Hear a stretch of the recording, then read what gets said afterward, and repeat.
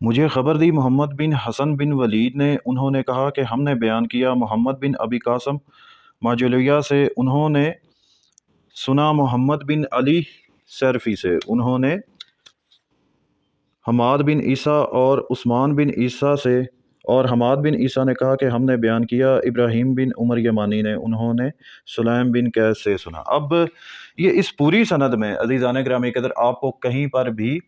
جناب ابان بن ابی عیاش کا نام نظر نہیں آ رہا، سو یہ بھی ثابت ہوتا ہے کہ جناب ابان بن ابی عیاش کے علاوہ بھی ہمارے پاس اس کی سند موجود ہے، اور یہ صرف ایک سند ہے، اور بھی اسناد اس کتاب کے حوالے سے آپ کو مل جائیں گی۔ اچھا، اب یہ اہل تشیع کی طرف جب کتب رجال کی طرف آتے ہیں، ان میں اکثر یہ حضرات ایک کتاب اٹھاتے ہیں کہ جی جو رجال ابن غزائری ہے اس میں اس کو کہا گیا ہے، اور بان بن نبی عیاش کو ضعیف کہا گیا ہے، اور اس کے بعد جو ہمارے جو اصولی بھائی ہیں ان کے ایک محدث گزرے ہیں آیت اللہ خوئی، جنہیں آیت اللہ خوئی کہتے ہیں، ان کی جو کتاب ہے المجمل رجال الحدیث، اس کتاب میں بھی انہوں نے بھی ابان بن نبی عیاش کو ضعیف کہا ہے۔ اچھا، جہاں پر انہوں نے ابان بن نبی عیاش کو ضعیف کہا ہے، وہ انہوں نے اپنا قول نہیں نقل کیا، وہ انہوں نے رجال ابن غزائری کی اس عبارت کو نقل کیا ہے اپنی اس کتاب میں المجمل رجال الحدیث میں۔ اب جب الذریعہ الی تصانیف شیعہ جو آغا طہرانی کی کتاب ہے، اس کتاب میں یہ جو رجال ابن غزائری ہے، اس کتاب کو ہی انہوں نے مجہول قرار دیا ہے، اور یہ اپنے مصنف تک یہ کتاب ثابت ہی نہیں ہے۔ تو ایک غیر معتبر کتاب جو اپنے مصنف تک بھی ثابت نہیں ہے، جو ایک مجہول کتاب ہے، اگر اس میں ابان بن نبی عیاش کو ضعیف کہا گیا ہے، تو اگر اس کو جو خوئی صاحب ہیں وہ اپنی کتاب معجم رجال الحدیث میں نقل کرتے ہیں، تو یہ ان کی یہ چیز میں کی صداقت نہیں ہو جاتی کہ جو ہمارے مخالفین ہیں جو یہ جیرہ پیش کرتے ہیں، تو وہ یہ جیرہ پیش کر کے یا اگر وہ یہ ریفرنس پیش کر کے خود کو سچا ثابت بالکل بھی نہیں کر سکتے۔ اگر اب صرف ابان بن نبی عیاش کو ہی دیکھا جائے تو ان کے اوپر بھی جو ضعف کی تہمت لگائی جاتی ہے وہ بھی ثابت نہیں ہے، البتہ کسی کتاب میں کسی روایت کا ہے، کسی اس طرح کی جیرہ کا آ جانا وہ اس کے حجت ہونے کی دلیل نہیں ہوتا۔ اور جو اہل تشیع کا منہج ہے، ہمارا یہی اصول ہے کہ ہم سرکار مصطفیٰ صلی اللہ علیہ وسلم اور ائمہ اہل بیت علیہم السلام کے فرامین کو، ان کی احادیث کو اپنے اوپر حجت سمجھتے ہیں، اور جو چیز صحیح ہمارے سامنے آ جاتی ہے ہم اس کو خوشی خوشی قبول کرتے ہیں۔ یہ اہل تشیع کا منہج ہے، سب سے پہلے آپ نے اس چیز کو ذہن میں رکھنا ہے۔ اور اب بات کرتے ہیں جو مخالفین ہیں، یعنی جو ناصبی حضرات ہیں، جو شیعوں سے بغض رکھتے ہیں، اہل بیت علیہ السلام سے بغض رکھتے ہیں، ان کے ہاں جو جرح کے اصول ہیں، جو ان کے ہاں کتب رجال پائی جاتی ہے، ایسے لوگوں سے اس طرح کی جرح ان کی کتابوں میں پائی جاتی ہے۔ مثال کے طور پر ملعون سے ملعون شخص کو انہوں نے اپنی کتابوں میں سکہ اور صدوق قرار دیا ہوا ہے۔ اگر آپ لوگوں کے اسکول آف تھاٹ کو، یا جس طرح سے یا جس طریقے سے آپ حضرات چلتے ہیں کتاب سلیم بن قیس حلالی کے حوالے سے، اس طرح جو آپ نے اپنے دین لینے کے لیے اصول بنائے ہوئے ہیں، ان ساروں کا جنازہ نکلتا ہے۔ یہ خیر وہی ویڈیو، میں آپ کو پھر اس ویڈیو کا حوالہ دے رہا ہوں، اس ویڈیو میں آپ کو پوری اس چیز کی بھی تفصیل مل جائے گی، لیکن ایک اختصار کے طور پر، ایک نمونے کے طور پر میں آپ کے سامنے چند ایک حوالہ جات آپ کے سامنے رکھوں گا۔ یہ پوری تفصیل میں آپ کو وہاں پر بھی مل جائیں گے، ڈاکٹر ہاشم صاحب کے چینل پر وہ ویڈیو اپلوڈڈ ہے، اور وہاں پر جو محقق ہمارے بھائی آغا علی صاحب ہیں، انہوں نے مکمل تفصیل کے ساتھ بیان کیا، اور میں صرف ایک نمونے کے طور پہ آپ کو ایک دو حوالہ جات میں آپ کے سامنے رکھتا ہوں تاکہ آپ کے اندر مزید تجسس ہو اس چیز کے لیے کہ آپ پوری حقیقت جاننے پر آپ مجبور ہو جائیں، اور آپ کی جو یہ مجبوری ہے یہ وہاں جا کر آپ کے پایہ تکمیل تک پہنچے گی۔ اچھا، جو برادران اہل سنت کے جو محدث بہت بڑے گزرے ہیں علم رجال کے بھی، اور بھی بڑے بڑے ان کے نام کے ساتھ القابات لگائے جا سکتے ہیں اور لگائے جاتے ہیں، ان کی یہ کتاب ہے میزان الاعتدال کی جلد نمبر 5 پہ۔ اب جہاں پر ایک بڑی مزے کی جیرہ ہے، یہ میں آپ کے سامنے یہ جو بھی پیش کر رہا ہوں، صفحہ نمبر 245 پر۔ اب جہاں پر یہ انہوں نے لکھا ہے عمر ابن سعد بن ابی وقاص ملعون۔ اچھا جی، اس کے بارے میں وہ یہ لکھتے ہیں کہ یہ اپنی ذات کے اعتبار سے تہمت یافتہ نہیں ہے، لیکن انہوں نے لیکن کیونکہ یہ حضرت امام حسین علیہ الصلوۃ والسلام کے ساتھ جنگ میں شریک ہوا اور اس نے اس میں بھرپور حصہ لیا، اور اس لیے اس پر تنقید کی گئی۔ یعنی یہاں پر یہ وہ کہہ رہے ہیں کہ یہ ذاتی طور پر اس کے اوپر کوئی تہمت نہیں ہے، کس کے اوپر؟ عمر بن سعد بن ابی وقاص کے اوپر، اس کے اوپر کوئی کسی قسم کی کوئی تہمت نہیں ہے، کوئی اس میں عیب نہیں ہے، کوئی اس میں میل نہیں ہے۔ بس ایک چھوٹی سی اس کے ساتھ غلطی ہوئی ہے کہ یہ کربلا میں مولا امام حسین علیہ الصلوۃ والسلام کے خلاف جنگ کرنے کے لیے آ گیا تھا، بس اس کے علاوہ اس کا اور کوئی جرم نہیں ہے۔ یہ ہمارے جو ناصبی حضرات ہیں، یہ ان کے ہاں اب یہ اصول پایا جاتا ہے۔ اچھا، اس کا میں آپ کو جو یہ جو مختلف قسم کی جیرہ یہ آپ کے سامنے آ رہی ہے، یا ایک بندے کے حوالے سے جو مختلف باتیں آگے آ رہی ہیں، اس کا یہ لوگ فائدہ کس طرح اٹھاتے ہیں وہ میں ابھی آپ کو بتاتا ہوں۔ اچھا جی، اجلی کہتے ہیں کہ کئی لوگوں نے اس سے روایات نقل کی ہیں، یہ سکہ ہے، یعنی ان کے محدثین نے اس بندے کو سکہ بھی قرار دیا ہوا ہے، اور سکہ قرار اس وجہ سے دیا ہوا ہے کہ سنن نسائی میں اور جو صحاح ستہ کی اور دیگر کتب ہیں، ان کتب میں اس بندے سے حدیثیں لی گئی ہیں، اس بندے سے روایات لی گئی ہیں، تو اس وجہ سے یہ دوگلی قسم کی پالیسی ان کے اندر پائی جاتی ہے کہ جیرہ اس قسم کی جائے کہ جب ہمارا دل کرے ہم اس کی کسی بھی حدیث جو اس سے روایت ہو، اگر کوئی حدیث جس میں یہ راوی ہو، اگر کوئی بھی ایسی جب وہ ہمارے حق میں جا رہی ہو تو ہم اسے قبول کر لیں، اور جب وہ ہمارے مخالف جا رہی ہو تو ہم اس کو رد بھی کر سکیں۔ یہ ان کے ہاں دورہ معیار پایا جاتا ہے۔ اور یہ جو عمر بن سعد بن ابی وقاص ہے، اب جناب ابان بن ابی عیاش سے اگر اول تو ان سے کوئی ظلم تو کوئی ثابت نہیں ہے، لیکن جو جناب ابان بن ابی عیاش ہیں ان کی جوتی کے برابر یہ عمر بن سعد بن ابی وقاص نہیں ہے، لیکن یہاں پر یہ دیکھ لیں کہ اس کو سچا بھی انہوں نے کہا، اس کو صدوق بھی کہا ہوا ہے۔ اب ان کے آپ ناسبیت کا لیول چیک کر لیں، تو جب یہ اس طرح کی لوگوں کو سکہ، صدوق اور سچا کہہ کر ان سے روایات لے رہے ہوتے ہیں، تو پھر اگر جناب ابان بن ابی عیاش کے بارے میں اگر یہ لوگ برا برا بولتے ہیں تو اس میں اتنی کوئی مشکل والی بات بھی کوئی نہیں ہے، اور حیرانگی والی بھی اس میں کوئی بات نہیں ہے۔ اچھا جی، اب اسی کتاب کے اسی جلد کے صفحہ نمبر 286 پر اب یہاں پر یہ جو ایک اب یہاں پر آپ نے اس سے بھی زیادہ غور فرمانا ہے۔ عمران بن حطان، اب یہ بخاری کا بھی راوی ہے، اس کے علاوہ سنن ابو داؤد کا بھی راوی ہے، اور بھی دیگر بھی کتب ستہ کا بھی، یہ نسائی کا بھی یہ راوی ہے، اور بھی بڑی کتابوں میں۔ اچھا جی، عمران بن حدان سدوسی بصری خارجی،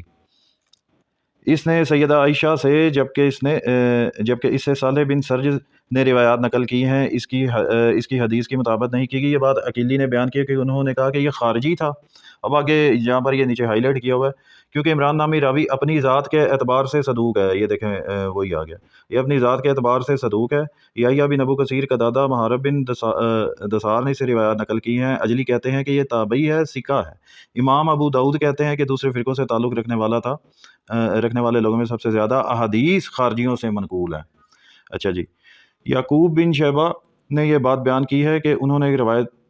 تک ایک روایت پہنچی ہے کہ عمران بن حطان کی ایک چچا زاد تھی جو خارجیوں کا عقیدہ رکھتی تھی، اس سے شادی کرنا چاہتا تھا تو اسے خارجیوں کے عقیدے سے ہٹا دے، لیکن یہ خود اس عورت کے مذہب کی طرف پھر گیا،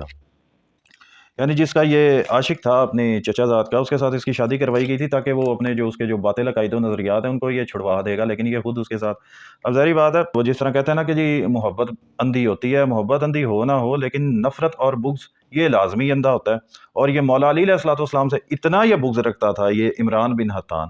کہ جو عبد الرحمن ابن ملجم ملعون شخص تھا، جس کو سرکار مصطفیٰ صلی اللہ علیہ وسلم نے اس امت کا سب سے بدبخت ترین شخص قرار دیا ہے،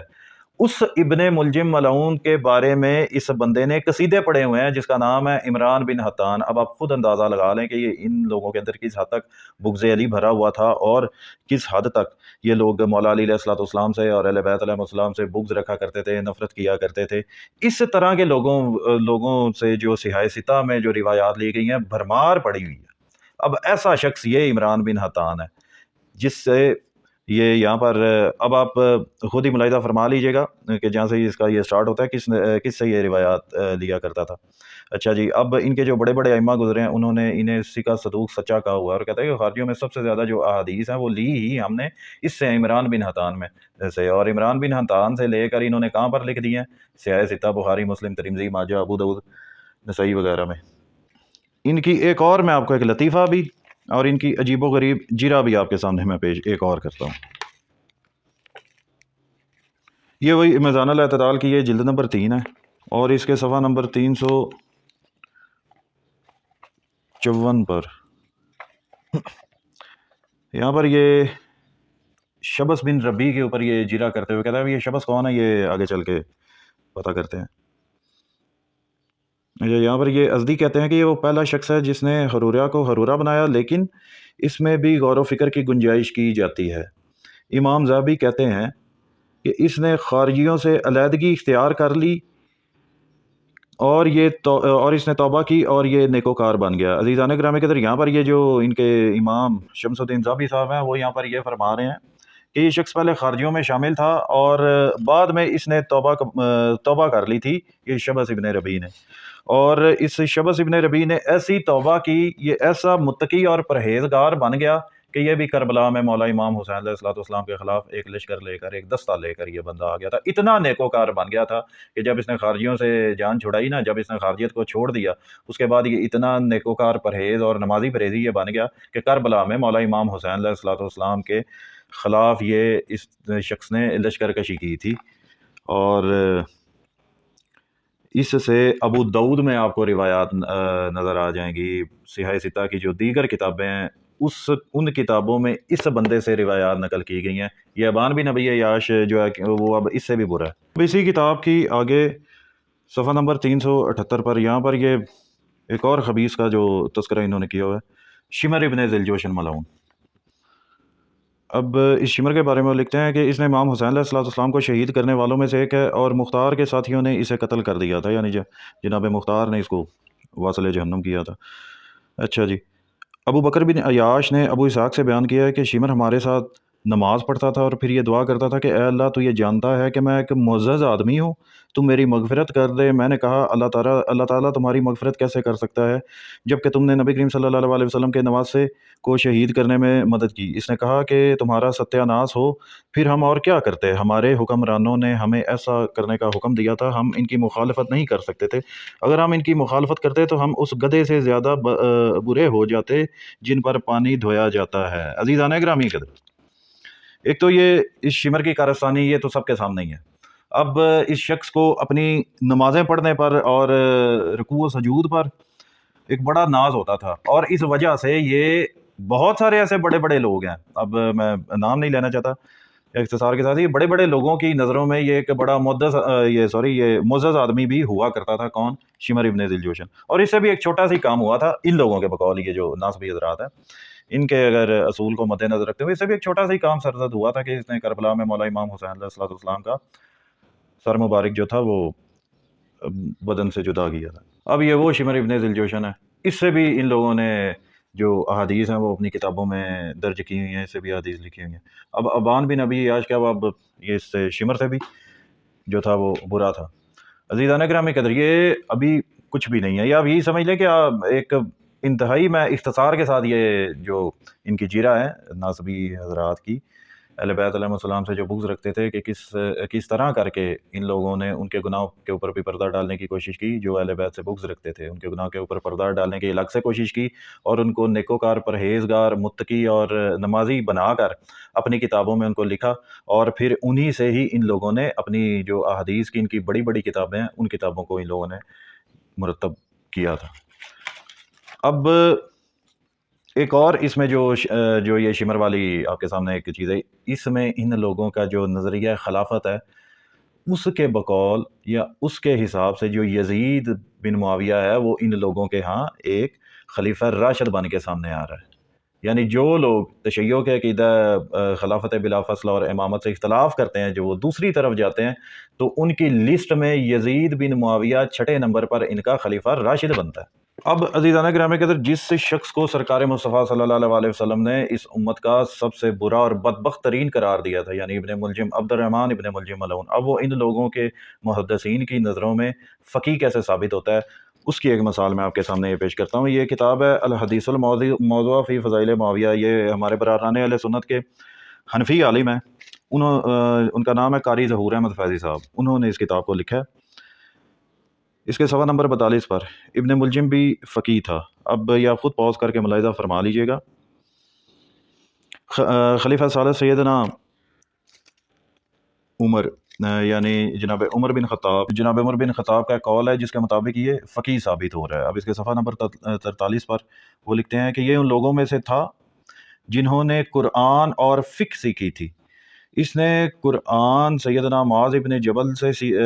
سیکھا تھا، اس لیے سیدنا عمر نے عمرو بن عاص کو ایک خط لکھا جس میں انہوں نے لکھا تھا کہ عبد الرحمن ابن ملجم کا گھر مسجد کے قریب کرو تاکہ وہ لوگوں کو قرآن اور فقہ کی تعلیم دیں۔ یعنی اتنا تھرڈ کلاس اور لو سٹینڈرڈ کا یہ جو ناسبی حضرات ہیں ان کے نزدیک یہ معیار ہے کہ جس شخص کو سرکار مصطفیٰ صلی اللہ علیہ وسلم نے اس امت کا بدبخت ترین شخص قرار دیا تھا، وہ ان کے نزدیک فقیہ بھی ہے، وہ قاری قرآن بھی ہے، حافظ قرآن بھی، یعنی اس سے دین لیا جا سکتا ہے۔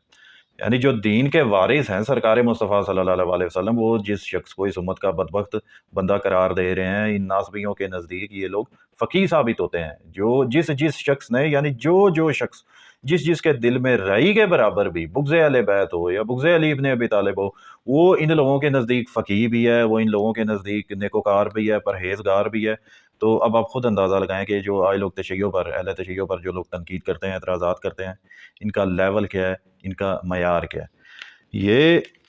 اس ویڈیو میں نے صرف اس ویڈیو کا ایک آپ کے سامنے ایک تعارف رکھنا تھا۔ آپ سب سے دستبستہ گزارش ہے کہ ان چیزوں کو اگر آپ نے ڈیٹیل میں پوری تفصیل کے ساتھ اگر آپ نے ان چیزوں کی معلومات کرنی ہے تو برائے مہربانی اس ویڈیو کو ضرور ملاحظہ فرمائیں اور شروع سے لے کر آخر تک ملاحظہ فرمائیں، انشاءاللہ آپ کی معلومات میں اضافہ ہوگا۔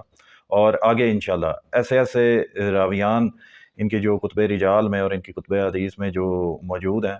کہ جن لوگوں سے یہ تمام اخلاقیات اور حقیقی دین کی روایات لینے میں یہ لوگ کس حد تک یہ مجبور ہوئے، ان تمام کا تعلق مکتبہ اہل بیت علیہ السلام سے تھا۔ یعنی ان لوگوں سے بھی یہ لوگ روایات لینے پر یہ مجبور ہوتے ہیں، یعنی جہاں سے